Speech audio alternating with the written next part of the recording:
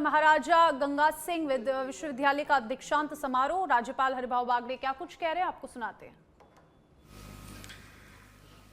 और आपके ध्यान में आया होगा कि थोड़ा बदल किया, नहीं तो वो सब एक एक पदवी वाले को अब हम पदवी देते हैं, वो पदवी हाथ में लेकर जाते हैं, बैठते हैं, लेकिन हमने बोला कि सब भाषण होने के बाद उनको फोटो सेशन करेंगे। ये क्यों हुआ, तो मैं साल सवा साल से देख रहा हूँ। पहला दीक्षांत समारोह में भी देखा, बात के देखा, और 21-22 को मैं उदयपुर था, और उदयपुर में सुखड़िया यूनिवर्सिटी में जब हमने पदवीदान किया तो बहुत से पदवीधारक बाहर गए, वापिस आए चेन्नई, और बोर्ड की कुर्सी खाली दिखी। मैं मेरे भाषण में जरा तैखी स्वरूप से नाराजी व्यक्त की थी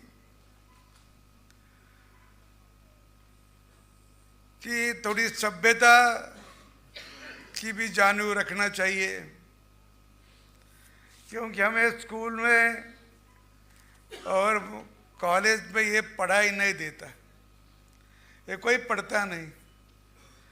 भ्रष्टाचार मत करो, है कॉलेज में कहीं किसी के पाठ्य पुस्तक में एक धड़ा उसका, एक पाठ उसका नहीं, तो ऐसी आप अपने मन में कुछ आना, और वो सभ्यता का विषय रहा तो फिर वो ऐसा नहीं होता।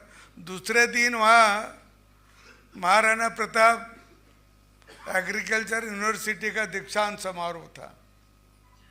ये पहले दिन का सुनकर वो उनके दिन की इससे बड़ा हॉल था, और हॉल 20 विद्यार्थियों से खचाखच भरा था, और हमने सब भाषण पूरे होने तक कोई भी एक ही छात्र छात्राएं हॉल छोड़ के बाहर नहीं गई। हॉल छोड़ के वही देखा मैंने, उसको वो सब विद्यार्थियों को धन्यवाद दिया और उनको प्रणाम भी किया कि आपने अच्छी सभ्यता का उपयोग किया। तो महाराणा गंगा सिंह का ये इसके नाम से ये विश्वविद्यालय पहचाने जाता है, और ये बीकानेर के यहाँ के राजे थे, उनका शासनकाल 1887 तो 1943 तक था। लेकिन उनमें मुझे एक बात बहुत स्पष्ट और अच्छी लगी, उसका मैं आपके सामने जिक्र करूंगा। गंगा नहर उन्होंने 1929 में वो पूर्ण हो गई, और यहाँ रेगिस्तान में हरियाली की फैलाई, इसलिए उन्हें आधुनिक भारत का भगीरथ कहा गया है।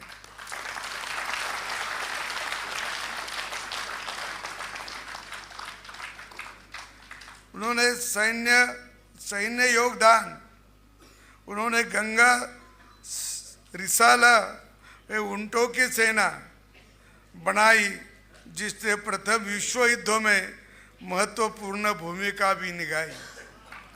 अभी जो अपने यहाँ जो राजे के पास सेना थी, अंग्रेजों के पास सेना थी, वो भारतीय सेना थी। उन्हीं को उन्होंने पहले महायुद्ध में, विश्व के पहले महायुद्ध में इनको लड़ाने को उधर गए थे, जर्मनी के साथ और किसी के साथ। तो इधर अपन वंदे मातरम कहा तो अंग्रेज लोग फटके मारते थे अपने को, लेकिन अपने सैनिक जब उनके बाजू से दूसरों राष्ट्र से लड़ते थे तो उनको जोर आने के लिए, ताकत आने के लिए ये अधिकारी सब अंग्रेज वाले सब वंदे मातरम की घोषणा देते थे, वंदे मातरम वंदे मातरम युद्ध भूमि पे। क्यों? भारतीय लोगों को जोर आना और विरोधों के उनका लड़ाई में यशस्वी होना। यहाँ तो हम पटके खाते थे, लेकिन वहाँ हम भारत माता का जय वही लोग बोलते थे, क्योंकि वो भारतीय लोग थे। ऐसी इनकी भी एक सेना वहाँ थी, और ऐसा कि इनकी यहाँ से फिर हमारे गंगा सिंह जी की पहचान जो है वो पहचान विश्व में हुई, अंतर्राष्ट्रीय पहचान में वे वर्साय की संधि की। उन्होंने संधि क्या की कि यहाँ के पंजाब के जो कोई राजे होंगे उस समय के जो सरदार होंगे, उन्हें संधि की 1919 में। और वहाँ के पंजाब का सतलज नदी का जो पानी है, सतलज नदी का, वो बीकानेर तक या बीकानेर के भी आगे उन्होंने लाया। और महाराजा ने 1920 में सतलज नदी के पानी के लिए पंजाब और बहावलपुर रियासतों के साथ त्रिपक्षीय करार किया, संधि की, और 1927 नहर का काम पूरा हुआ। वो कितना काम था?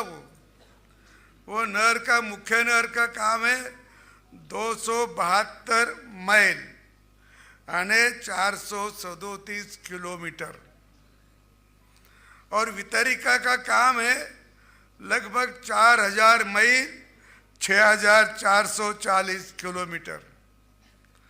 इतना लंबा उस समय किसी के देश में नहीं था, विश्व में यही एक पहला काम है कि नहर इतनी लंबी और इतने गांव को उन्होंने पानी दिया। ये बहुत बड़ी बात है, आश्चर्य की बात है उस समय। और इसीलिए और उसी समय की एक याद मुझे अभी है कि 2027 को ये काम पूरा हो गया, और एक ऐसा ही 2027 को एक काम पूरा हुआ, उसकी भी मालूमात मैं देता हूँ, विद्यार्थियों को कभी कभी काम आएगी।